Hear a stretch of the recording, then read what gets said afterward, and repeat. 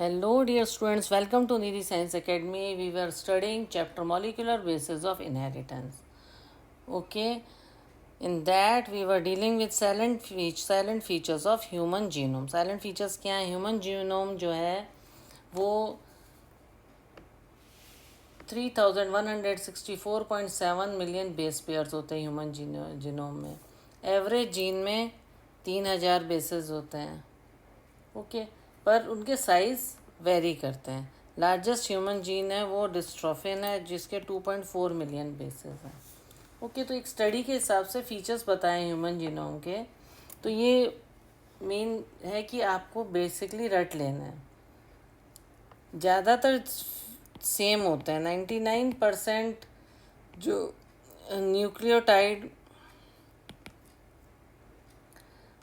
Base होते हैं वो सब पीपल में सेम होते हैं. ओके, फंक्शंस जो है अननोन है. कम से कम 50% फंक्शंस जो हैं अननोन हैं. अभी भी बहुत स्टडी करना इसमें बाकी है. Less than 2% of the genome जो है वो प्रोटीन के लिए कोड करते हैं. Less than 2% codes for protein. Clear. और रिपीटेड सीक्वेंस जो होती है वो बहुत लार्ज पोर्शन बनाती है ह्यूमन जीनोम का. रिपीटेड सीक्वेंस जो होती है वो लार्ज पोर्शन बनाती है.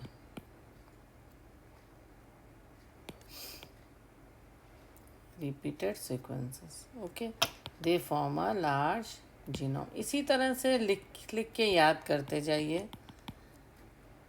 ओके, तो रिपीटेटिव जो सीक्वेंसेस होती हैं वो स्ट्रेचेस है डीएनए सीक्वेंसेस के, जो कि बहुत टाइम रिपीट होते हैं. 100 से 1000 टाइम रिपीट होते हैं. और कोई डायरेक्ट कोडिंग फंक्शन नहीं होता.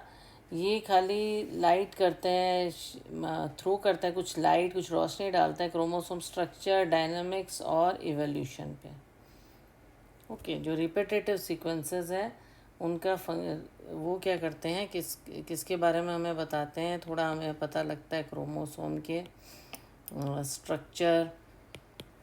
ओके, डायनामिक्स क्या हैं और इवोल्यूशन कैसे होता है. मेनली रिपीटिशन से हमें पता लगता है. एर्थ जो तो है कि क्रोमोसोम 1 हैज़ मोस्ट जीन्स और वाई हैज़ द फ्यूएस्ट. तो ये याद करने वाली चीज़ है. मतलब याद करने वाली चीज़ तो सभी हैं, पर शॉर्ट क्वेश्चन ऐसी चीज़ों में से आ जाता है. एमसीक्यू आ जाता है. हैज़ मोस्ट जीन्स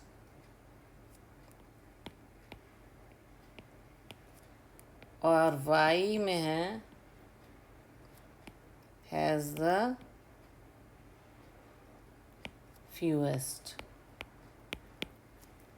ओके, तो साइंटिस्ट जो थे उन्होंने आइडेंटिफाई किया है 1.4 मिलियन लोकेशन जहाँ पे सिंगल बेस डीएनए डिफरेंसेस हैं. ओके, कितनी लोकेशंस डिटरमाइन किए साइंटिस्ट ने? 1.4 मिलियंस लोकेशंस फाइंड आउट की हैं जहाँ पर सिंगल बेस डीएनए डिफरेंस होता है. Where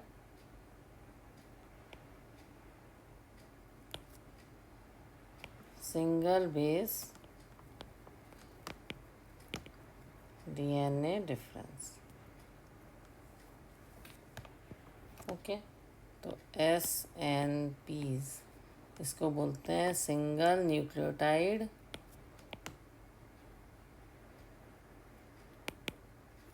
polymorphism.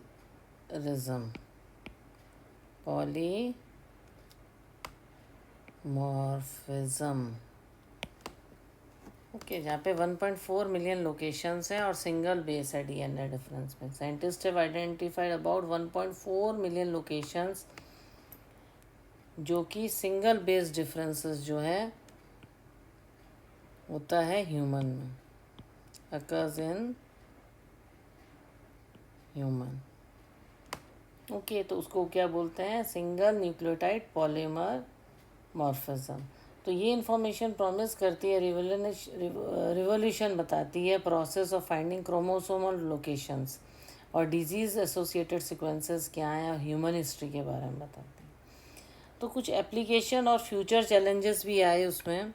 मैं यहाँ पे टॉपिक लिख देती हूँ जिससे आप पता रहे कि मैं किस बारे में बता रही हूँ। अब इसकी एप्लीकेशंस, इनके बारे में हमें पता लग गया। सीक्वेंसेस होते हैं, 1.4 मिलियन लोकेशंस होती हैं, ओके, जहाँ पे सिंगल बेस का डीएनए डिफरेंसेस जो होते हैं ह्यूमन में होते हैं।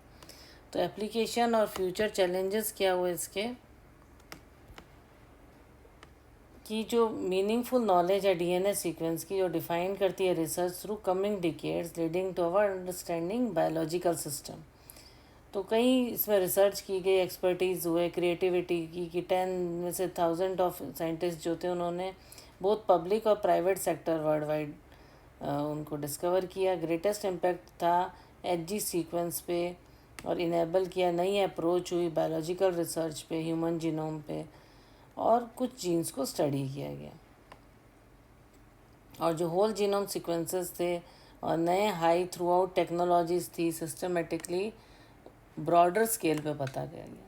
तो स्टडी की genes, all this can study all the genes in a genome. जैसे ऐसा किया जाए कि they can study all the genes in the genome. अब वो कैसे कर पाएंगे? फॉर एग्जांपल जैसे ट्रांसक्रिप्शन है,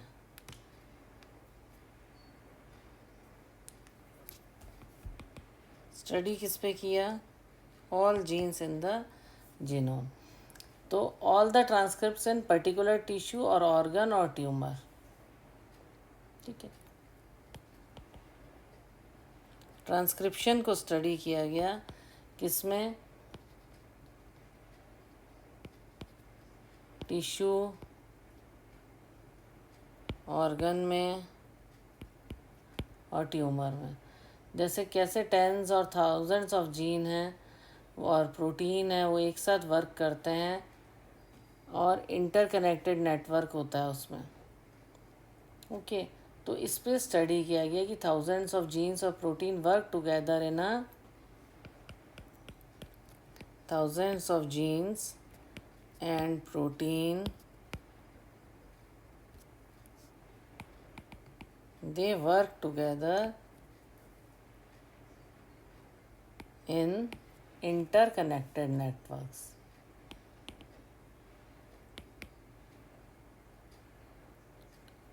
ठीक है, इंटरकनेक्टेड नेटवर्क्स में कैसे काम करते हैं और कैसे हम केमिस्ट्री, जो लाइफ की केमिस्ट्री है, उसको बहुत अच्छे से हम स्टडी कर सकें, ठीक है।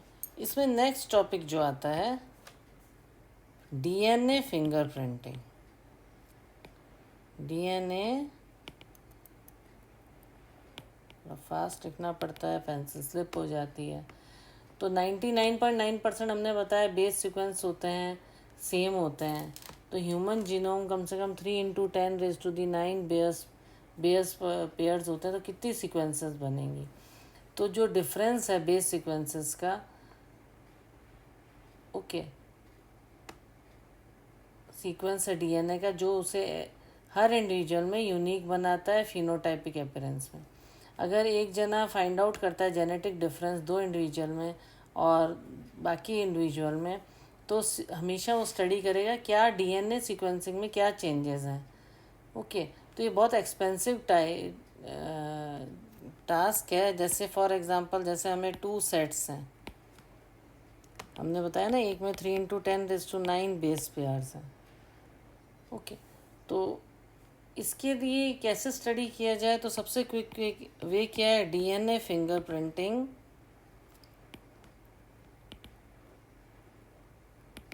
वो क्या है? एक क्विक वे है इसको स्टडी कर सकें हम, ओके। डीएनए सीक्वेंसिंग की अगर हमें देखनी है तो fingerprinting is a very quick way to compare. एक बार ये लिख ही देती हूँ। अगर हमें कंपेयर करना है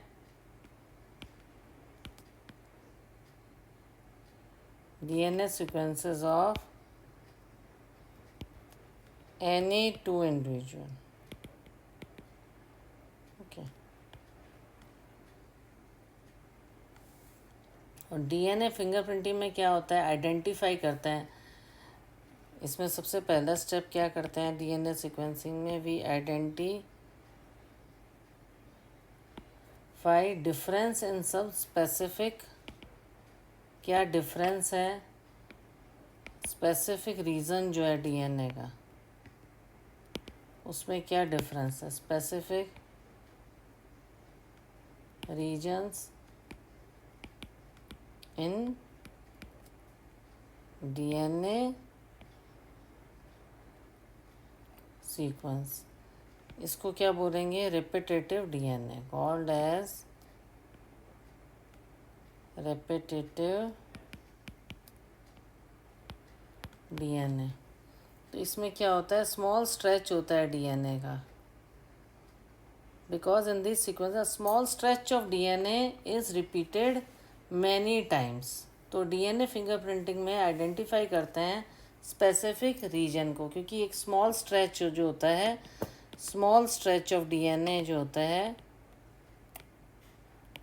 it is repeated many times.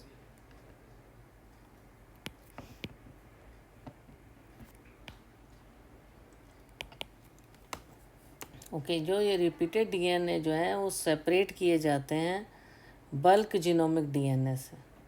Repeated DNA जो हैं उनको सेपरेट किया जाता है बल्क जीनोम से। डेंसिटी, जैसे ये देखिए, मैं इसको आपको इजीली और बताती हूँ। जैसे वेट अ मिनट, जैसे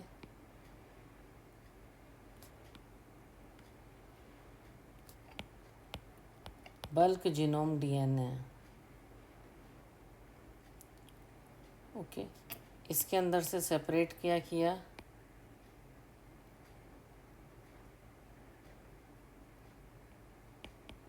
रेपिटेटिव डीएनए को सेपरेट किया गया। This repetitive DNA separated from genomic DNA. तो इसमें जो कैसे सेपरेट करेंगे, सेंट्रीफ्यूगेशन जब करते हैं तो अलग अलग डेंसिटी के हिसाब से इनको,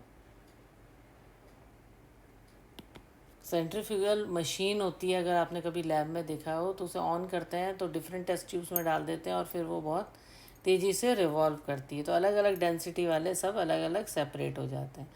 तो बल्क डीएनए जो होता है वो मेजर पीक और अदर स्मॉल पीक्स बनाता है।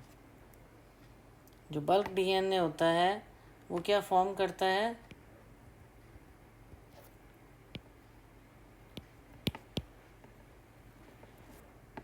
मेजर पीक और स्मॉल पीक, और इस स्मॉल पीक को बोलते हैं सैटेलाइट डीएनए, सैटेलाइट डीएनए। तो डिपेंड करता है बेस कंपोजिशन में, डिपेंड करता है बेस कंपोजिशन में। जैसे टी रिच है, या ग्वानिन और एडेनिन और थायमीन है, या गाइनोसिन और साइटोसिन रिच है। तो किस पर डिपेंड करता है, डिपेंडिंग अपॉन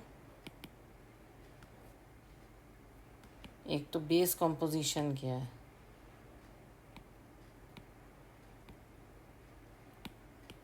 क्लियर। सेकंड हो गया लेंथ ऑफ सेगमेंट, सेगमेंट की लेंथ कितनी है।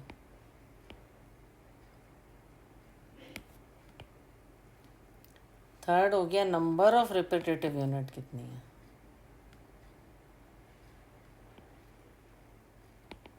क्लियर।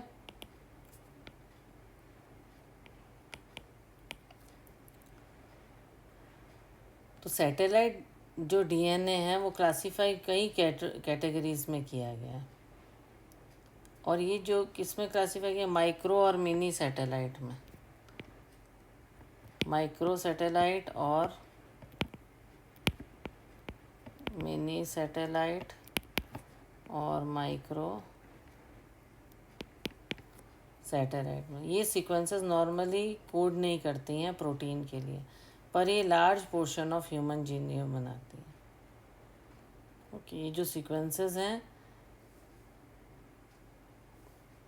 ये they do not code for protein, do not code for protein,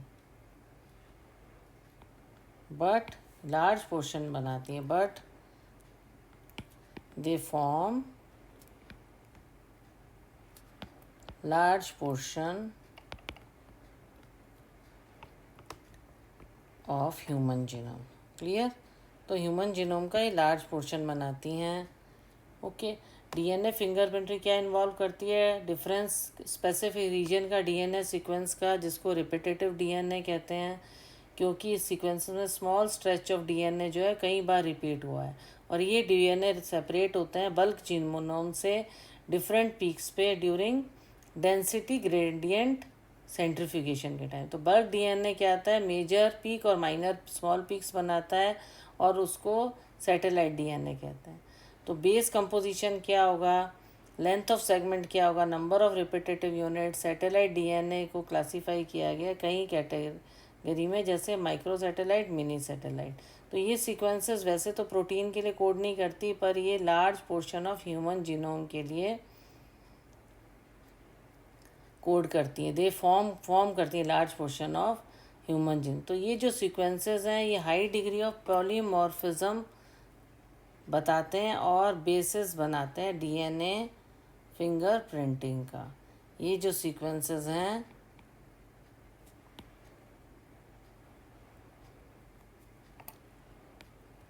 these sequences show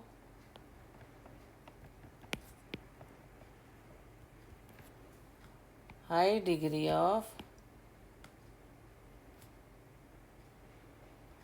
polymorphism, और ये फॉर्म करते हैं, form the basis of DNA fingerprinting के बेसिस बनाते हैं।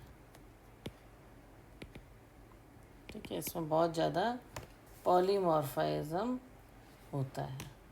ओके, तो इस तरह से तो डीएनए जो है एवरी टिश्यू में, जैसे blood, hair follicle, skin, bone, saliva, sperm, DNA हर टिश्यू से एक इंडिविजुअल के सेम डिग्री ऑफ पॉलीमॉर्फिज्म होता है, same degree of polymorphism. Okay,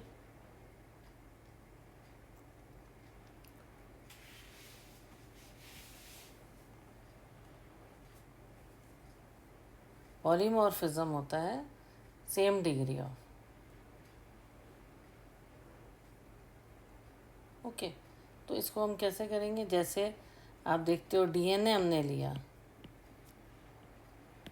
DNA मान लो लिया हमने टिश्यू से लिया, किसी भी टिश्यू से लिया, जैसे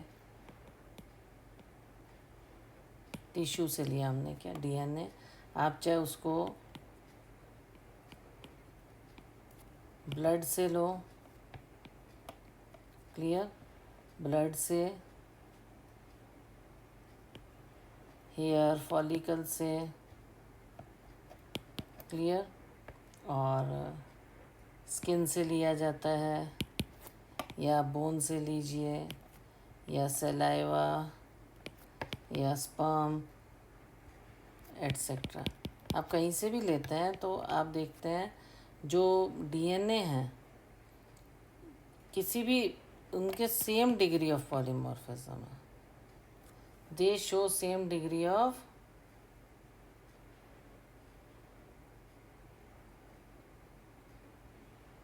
polymorphism, they do same degree of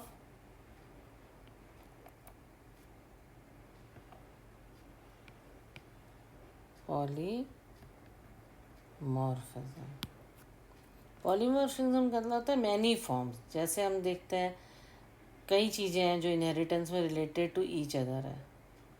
okay, तो पॉलीमर्स मतलब होता है uses those methods to perform different task. Same variation है उसमें। पॉलीमर में वेरिएशन एट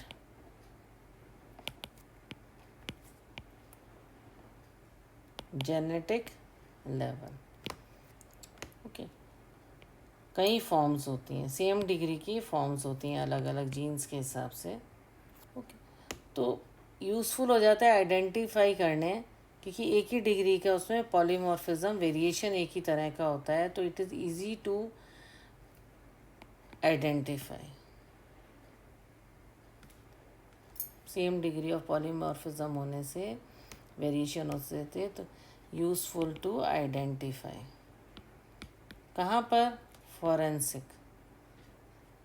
आप कभी सीआईडी देखे हो सीरियल? अगर सीआईडी सीरियल देखे हो तो आपने देखा होगा कि उसमें हमेशा दिखाते हैं कि कोई भी डेड बॉडी है उसको स्टडी करना है, तो उसको कैसे उसके जीन स्टडी करने हैं, उसके ब्लड को, तो क्या करते हैं फॉरेंसिक लैब में ले जाया जाता है। उसका हेयर ले लेते हैं घेंकी पे, या ब्लड का स्टेन ले लेते हैं। ओके, सलाइवा उसका ले लेते हैं, स्किन का ले लेते हैं, बोन ले लेते हैं, तो ब्लड लेके चल जाता है और उससे पूरा उसके डीएनए उसका स्टडी कर लेते हैं। तो पॉलीमॉर्फिज्म क्या है, इनहेरिटेबल होती है पेरेंट्स से चिल्ड्रन में। तो ये भी पता लग जाता है डीएनए के थ्रू ही, तो हम पता लगा पाते हैं अगर सन उन्हीं का सन है कि नहीं है, डीएनए की स्टडी करते स्टडी करके। तो इनहेरिटेबल होता है, पॉलीमॉर्फिज्म आर इनहेरिटेबल।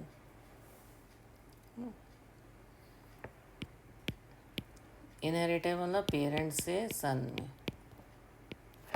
इनहेरिटेबल होता है पॉलीमॉर्फिज्म जो होता है। ओके, तो यूज़फुल आइडेंटिफाई टूल होता है फॉरेंसिक एप्लीकेशन में। ओके, तो पॉलीमॉर्फिज्म इनहेरिटेबल है और डीएनए फिंगरप्रिंटिंग बेसिस हैं पैटर्निटी टेस्ट के लिए। कोई डिस्प्यूट आता है तो क्या होता है, डीएनए फिंगरप्रिंटिंग की जाती है। या मान लो किसी का पता करना है कि उसके फादर कौन है, या फादर को पता करना है कि यही मेरा बेटा है। जैसे कई बार कोई एक्सीडेंट हो जाता है और चेहरा बिगड़ गया है, या कोई डेड बॉडी आइडेंटिफाई नहीं हो रही है किसकी है, तो क्या करते हैं, जीन्स चेक करते हैं। नहीं, आप देखते डीएनए फिंगर प्रिंटिंग कराते हैं, तो डीएनए टेस्ट से पैटर्निटी का पता लग जाता है। या किसी का बच्चा कहीं गुम गया है तो वही है कि नहीं बड़ा होके, तो वो भी डीएनए टेस्टिंग से पता लग जाता है। तो पॉलीमॉर्फिज्म जो होता है डीएनए सीक्वेंस में बेसिस है genetic mapping of human base का। ठीक है, it is the basis for DNA fingerprinting, genetic mapping of human genome. एक तो आप जेनेटिक मैपिंग कर सकते हो, है ना, कौन किसका बेटा है, तो जेनेटिक मैपिंग कर सकते हो ह्यूमन जीनोम की। हेरिडिटी आपको पता लग जाता है, और साथ में डीएनए फिंगरप्रिंटिंग भी पता लग जाता है। उससे नहीं पता लगा देते कि हाँ अच्छा ये ब्लड जो है मैच करता है, जिसने खून किया उससे ये ब्लड मैच करता है। फॉरेंसिक लैब में ऐसे ही पता करते हैं ना, या फिर इस पे किसके निशान हैं रिवॉल्वर पे, है ना। समथिंग इंटरेस्टिंग तो है वो सब, पर उसके पीछे साइंस क्या है वो भी बहुत इंटरेस्टिंग है। तो इसके लिए ज़रूरी है हम पॉलीमॉर्फिज्म को समझें। It is a variation at genetic level, और ये किस कारण होता है, इट इज़ म्यूटेशन के कारण। जो जीन्स में चेंजेस आते हैं, म्यूटेशंस के कारण पॉलीमॉर्फिज्म होता है। ओके, जो वेरिएशन आता है चेंजेस में। ओके, तो ये आपने ऑलरेडी स्टडी में पढ़ा है म्यूटेशन। तो न्यू म्यूटेशन से क्या होता है, अराइज हो जाता है इंडिविजुअल में सोमेटिक सेल्स में या जर्म सेल्स में। ओके, जर्म सेल मीन्स जो म्यूटेशन के क्या न्यू म्यूटेशन एराइज हो जाता है इंडिविजुअल में सोमेटिक सेल्स में या जर्म सेल्स में।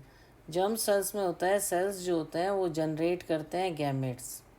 जर्म सेल्स क्या होते हैं? That generate gametes. Gametes male और फीमेल गैमेट्स प्रोड्यूस करते हैं सेक्चुअली रिप्रोड्यूसिंग ऑर्गेनिज्म में। ओके, तो न्यू म्यूटेशन अराइज होता है इंडिविजुअल या तो सोमेटिक सेल में या जर्म सेल्स में। तो जर्म सेल में अगर म्यूटेशन होता है तो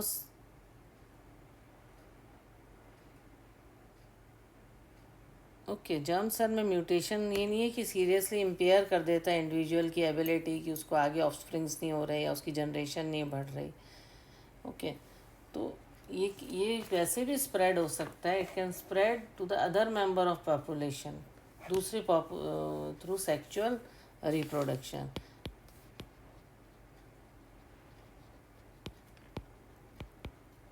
ये अदर मेंबर्स में भी ट्रांसफ़र हो सकता है। म्यूटेशन जीन्स में चेंजेस आए, it can transfer to other members also.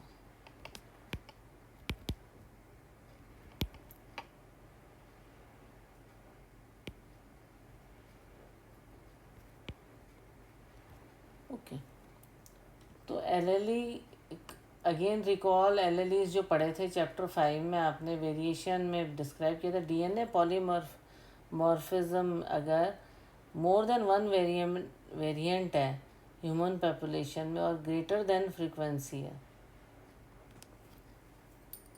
Inheritable mutation observe की जाती है पॉपुलेशन में हाई फ्रीक्वेंसी को, उसको डीएनए पॉलीमॉर्फिज्म कहते हैं। कब होता है डीएनए पॉलीमॉर्फिज्म? जर्म सेल में भी हो सकता है, सोमेटिक सेल में भी हो सकता है, पर ये नहीं है कि चेंजेस से उन्हीं की इनकैपेबिलिटी हो जाएगी कि अगर जर्म सेल म्यूटेट हो गए तो उस इंसान के आगे इशू नहीं होगा या नेक्स्ट जनरेशन नहीं होगी। पर ये भी हो सकता है कि वो अदर मेंबर्स ऑफ पॉपुलेशन में भी सेक्सुअल रिप्रोडक्शन के थ्रू दूसरों में भी वो फैल सकता है।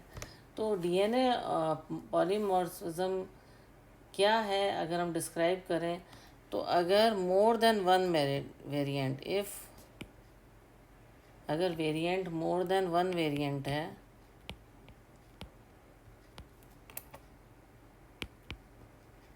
एलएलई जो पढ़ा था, अगर वो अकर होता है ह्यूमन पॉपुलेशन में विद ज़्यादा फ्रीक्वेंसी से, विद ग्रेटर फ्रीक्वेंसी देन 0.01 से ज़्यादा फ्रीक्वेंसी, तो इनहेरिटेबल म्यूटेशन ऑब्जर्व होता है, जो हम कह रहे थे हेरिडिटी में आ जाता है, जीन्स में चेंजेस आते हैं। इनहेरिटेबल जो म्यूटेशन है वो हाई फ्रीक्वेंसी पे होता है, observe in population at high frequency, जिसको हम बोलते हैं डीएनए पॉलीमॉर्फिज्म। तो प्रोबेबिलिटी जो इस वेरिएशन की है वो ऑब्जर्व की जाती है non code variation to be observe in non coding DNA sequence. Okay, observe in non coding DNA sequence ज़्यादा होता है म्यूटेशन जिनके बाकी जो सीक्वेंसेस है उसकी कंपेयर में इमीडिएट इफेक्ट नहीं होता इंडिविजुअल पे।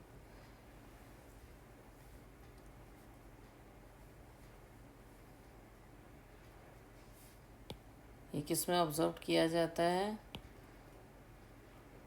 नॉन कोडिंग डीएनए सीक्वेंस में।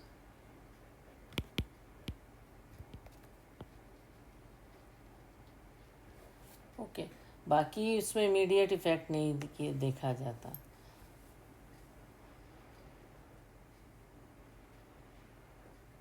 नॉन कैरियर डीएनए सीक्वेंस में होता है हायर, क्योंकि म्यूटेशन जो होता है सीक्वेंस में उनका इमीडिएट इफेक्ट नहीं होता है इंडिविजुअल पे।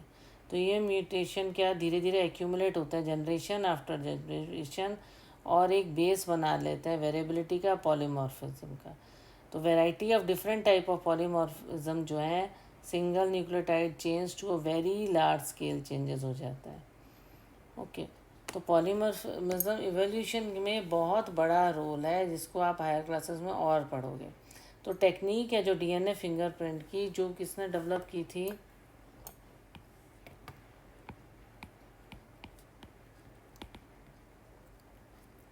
डीएनए फिंगरप्रिंटिंग जो है वो हम डेवलप की थी एलेक जेफरीज ने। एलेक जेफरीज ने उसने एक सैटेलाइट डीएनए यूज़ किया था, जो high degree of polymorphism show करता है। ओके, इसको बोला गया वेरिएबल नंबर ऑफ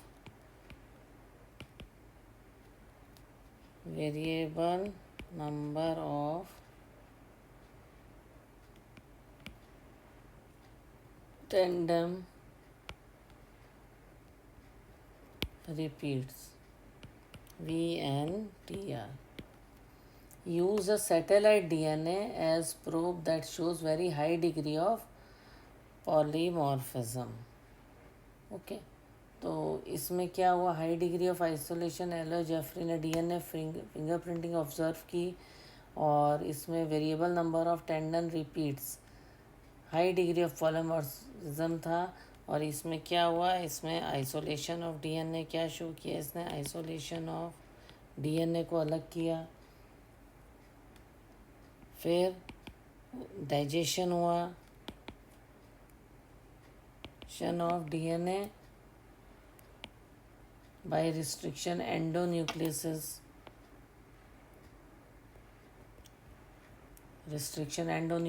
से। फिर उसके बाद सेपरेशन हुआ of DNA fragments by electrophoresis. ठीक है, कैसे उसको स्टडी करते हैं, high degree of polymorphism show किया, technique of DNA fingerprinting develop किया। उसने क्या यूज़ किया, सैटेलाइट डीएनए यूज़ किया, जो कि high degree of polymorphism show करता था, उसको अलग किया। फिर उसका डाइजेशन किससे कराया, एंडोन्यूक्लियस से, रिस्ट्रिक्शन था एंडोन्यूक्लियस का। फिर सेपरेशन किया इलेक्ट्रोफोरेसिस से, डीएनए फ्रेगमेंट्स को अलग किया। उसके बाद क्या किया, ट्रांसफरिंग की सेपरेटेड डीएनए फ्रेगमेंट्स की सिंथेटिक मेम्ब्रेन्स पे। फिर क्या किया, ट्रांसफरिंग की। देखो समझना ज़रूरी है, ट्रांसफरिंग और ब्लोटिंग की, इनकी सेपरेटेड डीएनए फ्रेगमेंट्स की सिंथेटिक मेम्ब्रेन में, सच एज नाइट्रोसेल्यूलोस और नायलॉन। ओके, उसके बाद हाइब्रिडाइजेशन किया,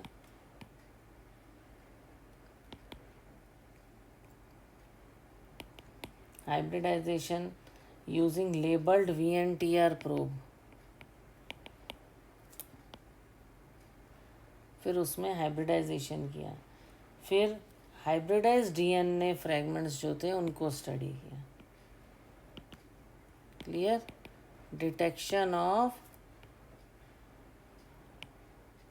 हाइब्रिडाइज्ड डीएनए फ्रेगमेंट्स जो हुए उनको डिटेक्ट किया बाय ऑटो रेडियोग्राफी से डिटेक्ट किया। तो इस तरह का डायग्राम एक आपकी बुक में भी बना हुआ है, पैटर्नल क्रोमोसोम, मैटर्नल क्रोमोसोम।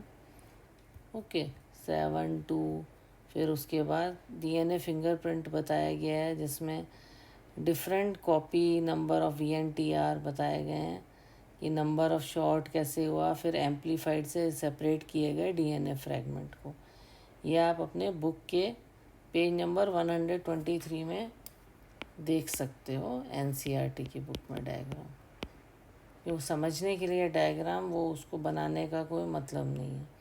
ये देखो डीएनए लिया क्राइम सीन से, फिर डीएनए इंडिविजुअल ए का लिया, डीएनए फ्रॉम इंडिविजुअल बी, फिर number of short repeats chromosome 7 to 16। ठीक है, ये सब लिए, नंबर ऑफ शॉर्ट टेंडन, फिर एम्पलीफाइड रिपीट हुआ, सेपरेट किया उसे, और फिर उसे डीएनए फिंगरप्रिंट मिला।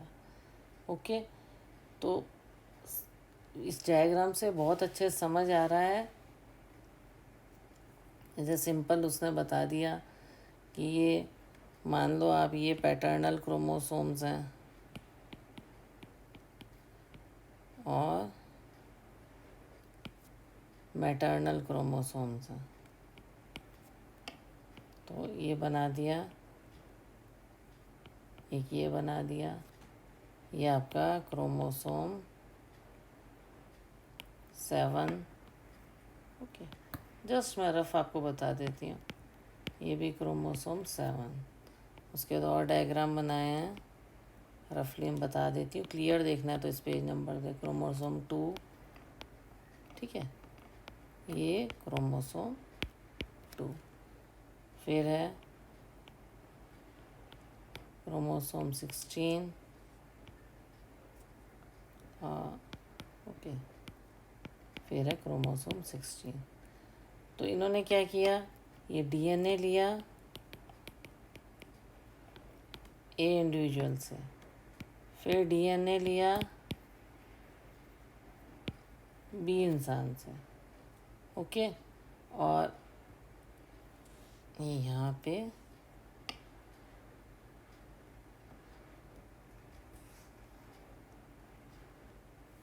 ये amplified repeats,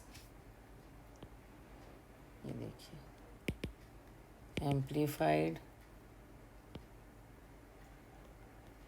repeats, it is separated by size से सेपरेट किया ऑन जेल, और क्या दे देगा, it's give a DNA fingerprint. Okay, ये यहाँ से डीएनए लिया। अब ये number of short tendon repeats हैं,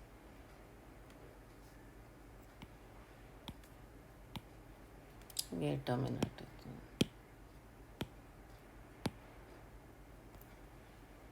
ये है नंबर ऑफ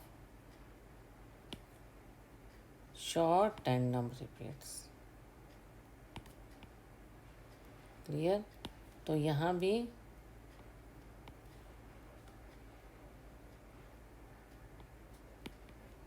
ये आ गया आपका क्रोमोसोम 7,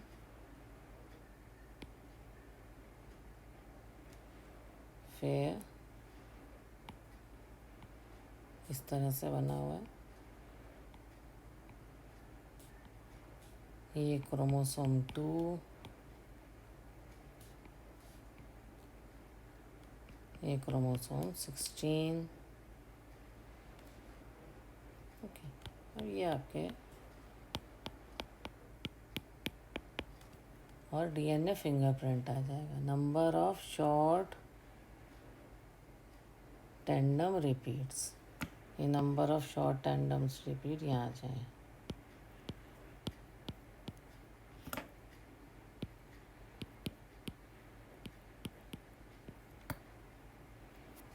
ठीक है, तो इस तरह से सैटेलाइट स्टडी किया गया। VNTR जो है क्लास ऑफ सैटेलाइट है, जिसको हम variable number of tandem repeats बोलते हैं। तो VNTR class of satellite DNA है, जिसको मिनी सैटेलाइट बोलते हैं। स्मॉल डीएनए सीक्वेंस को अरेंज किया जाता है कई कॉपी नंबर्स में। तो कॉपी नंबर वेरी करते हैं क्रोमोसोम टू क्रोमोसोम इंडिविजुअल में। नंबर ऑफ रिपीट शो करता है high degree of polymorphism. Okay, तो size of VNTR varies in size from 0.1 से लेके 20 KB तक जो VNTR है वो वेरीज करता है। तो VNTR किसको बिलोंग करता है?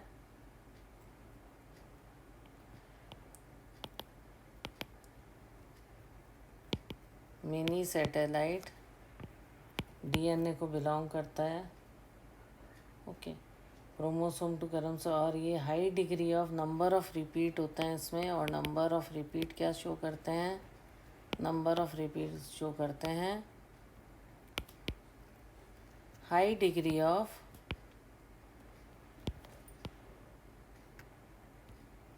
पॉलीमॉर्फिज्म। ओके, तो हाइब्रिडाइजेशन विद VNTR प्रोब से क्या होता है? ऑडियोग्राम देता है कई बैंड्स डिफरेंट साइज के, और इन बैंड्स से करेक्टर्स पैटर्न बनते हैं DNA के। ओके, हाइब्रिडाइजेशन जब होता है, ये देखो यहाँ भी लिख लो, DNA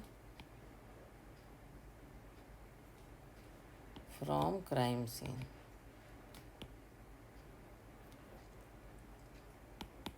ओके,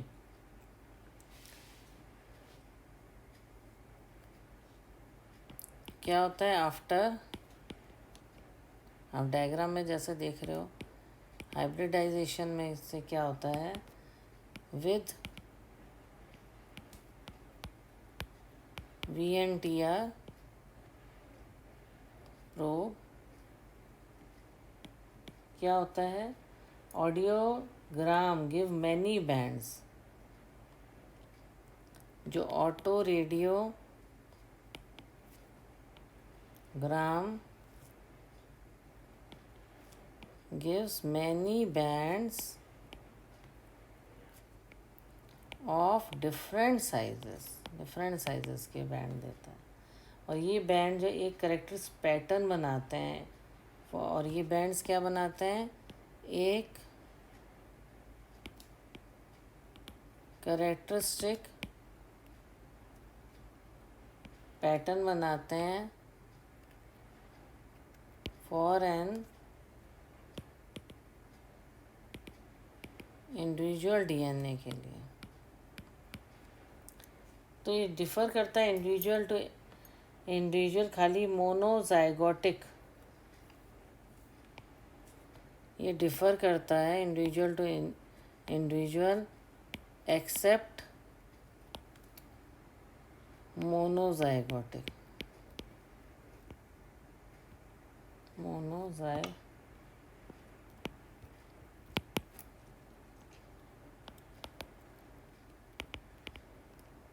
आइडेंटिकल ट्विंस में ये डिफ़र करता है individual to individual.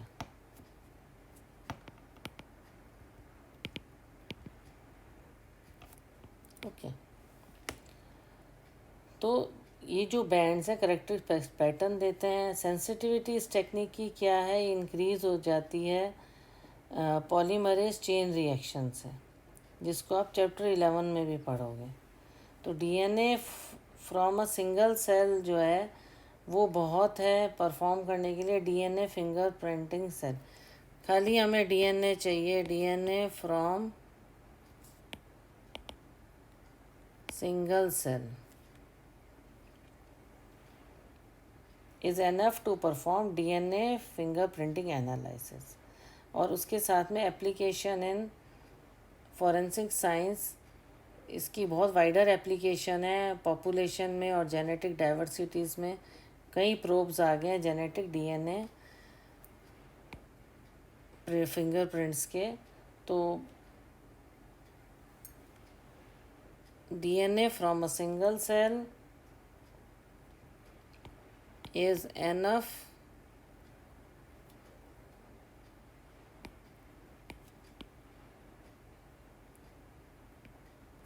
to perform DNA fingerprinting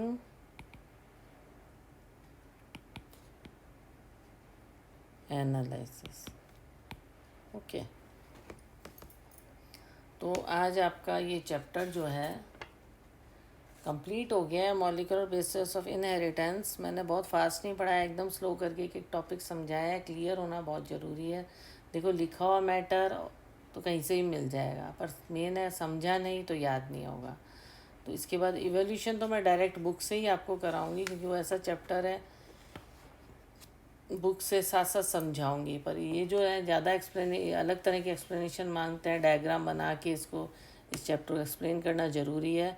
और जल्द ही केमिस्ट्री के भी चैप्टर में डालना शुरू करूँगी यूट्यूब चैनल पे। केमिस्ट्री के चैप्टर बहुत दिनों से बायो के चैप्टर्स कर रही हूँ। इसके बाद मैं नेक्स्ट चैप्टर लूँगी इवोल्यूशन। तो आई होप ये चैप्टर आपको क्लियर हो गया होगा। Okay then students, okay, thank you. Please like, share and subscribe.